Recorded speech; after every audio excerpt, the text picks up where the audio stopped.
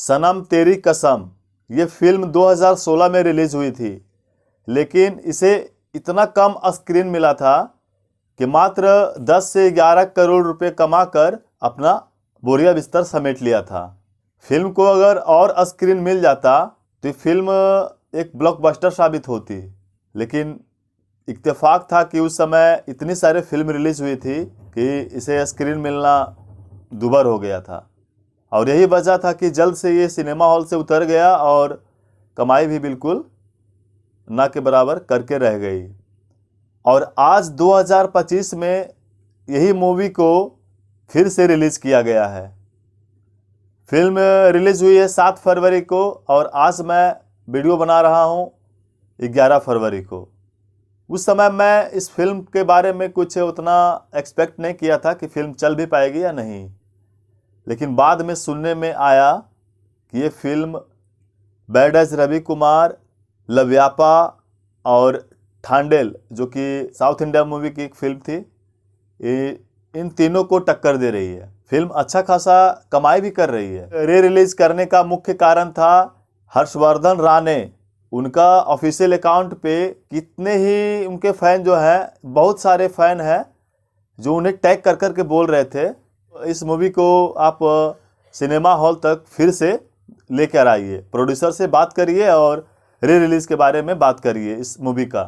यानी जब से ये OTT पे रिलीज़ किया गया था इसका, उसके बाद से उनके फ़ैन इन पर प्रेशर बनाना शुरू कर दिए थे। तब जाके हर्षवर्धन राणे ने प्रोड्यूसर से बात किया और फिर फिल्म को दोबारा थिएटर तक लाने का काम हुआ। तो चलिए, ये थी बात फिल्म दोबारा किस तरह से सिनेमा हॉल तक पहुंची। अब बात करते हैं फिल्म की कहानी के बारे में। पहले स्टार कास्ट के बारे में बात कर लेते हैं। लीड रोल में है हर्षवर्धन राणे और मावरा होकाने। मुरली शर्मा, विजय राज और भी कलाकार हैं, लेकिन मेन दोनों यही हैं। फिल्म की कहानी शुरू होती है महाराष्ट्र के एक ऐसे सोसाइटी से जहां पर साउथ इंडिया के लोग आकर रहते हैं अपना जॉब के खातिर। इधर ही जॉब रहता है उनका, तो यहीं अपना सोसाइटी में रहते हैं। और इनकी 2 बेटी रहती है, एक छोटी बेटी एक बड़ी बेटी। बड़ी बेटी का नाम सरस्वती होती है, जिस पर ये फिल्म बनी है। और शरीर जो है इनका एक नॉर्मल है, मतलब कहने का बराबर आंटी टाइप की, बहन जी टाइप की, मतलब बोल्ड नहीं है। और इसकी जो छोटी बहन है ये पूरा बोल्ड है, ठीक है। और वो एक लड़के से प्यार करती है। अब वो लड़का जो है छोटी बहन का, सरस्वती की छोटी बहन का बॉयफ्रेंड इससे शादी करना चाहता है, लेकिन शादी ये कैसे करे? लव मैरिज है और अरेंज इसको बनाना है, तो फिर घर वालों से बात करनी पड़ेगी ताकि बड़ी बहन का शादी हो जाए, उसके बाद ही छोटी बहन शादी करने के लिए घर में बातचीत करे। लेकिन जो भी रिश्ते आते हैं इनके लिए, ये सारे के सारे रिश्ते पड़े हुए रह जाते हैं। इनका बॉडी देखकर, मतलब मेरे कहने का मतलब हुआ कि हर घर में कोई ना कोई परेशानी एक बच्चे के रूप में, एक बेटी के रूप में सबको आता है। लड़का हो या लड़की, अगर आप दिखने में सुंदर हो लेकिन आपका शरीर का ग्रोथ उस ढंग से नहीं हो पाता है, तो शादी ब्याह में बहुत सारी अड़चनें आती हैं। और यही इसके साथ है, सरस्वती के साथ। जो हर्षवर्धन राणे हैं उसी सोसाइटी में, उसी फ्लोर में जहाँ ये लोग रहते हैं अपने मम्मी पापा के साथ, सरस्वती और उनके मम्मी पापा और बहन, उसी के जस्ट नीचे लिफ्ट वाले फ्लैट में हर्षवर्धन राणे 8 साल की सज़ा काटकर जेल से आ चुका है और अपने गर्लफ्रेंड के साथ रहता है। कभी बदन पे कपड़ा नहीं है तो कभी अस्त व्यस्त हालत में अकेला ही रहता है। बॉयफ्रेंड, इसकी गर्लफ्रेंड आती है जाती है, उससे इसे कोई मतलब नहीं रहता।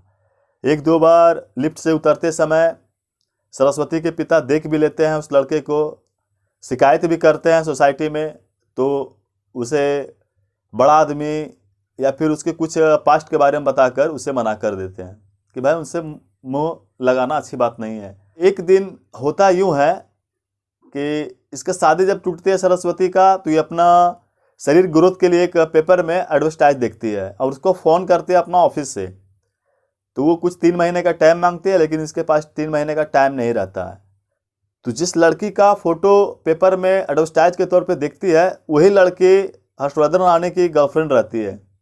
यानी इंदर की।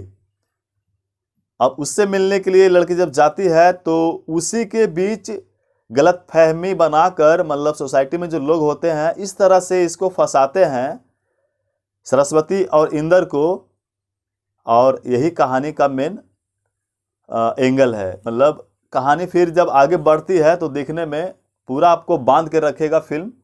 मतलब कहानी इस तरह से मढ़ा गया है ना कि कहीं से भी आपको बोर नहीं करेगी। कहानी आगे बहुत ही दिलचस्प होती है, आप देखेंगे आपको बहुत मज़ा आएगा। फिल्म इमोशनल कर देगा पूरी तरह से, किस तरह से एक ना चाहते हुए भी लोग फंस जाते हैं और इसका परिणाम कितना खतरनाक होता है आगे। इस मतलब आगे इस फिल्म में जानने के लिए जो कुछ भी होता है उसके लिए आपको थिएटर तक पहुंचना पड़ेगा, लेकिन जाइए। तो मेरे हिसाब से मैं यही कहूँगा कि फिल्म बहुत अच्छी है, लव स्टोरी फिल्म है, इमोशनल फिल्म है, निराश नहीं करेगी।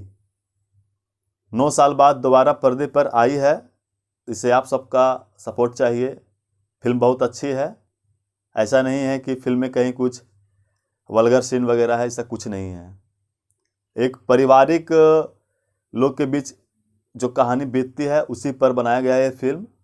बाकी फिर मिलते हैं अगले वीडियो में अगले नए फिल्म के रिव्यू के साथ। तब तक के लिए दीजिए इजाज़त, बाय।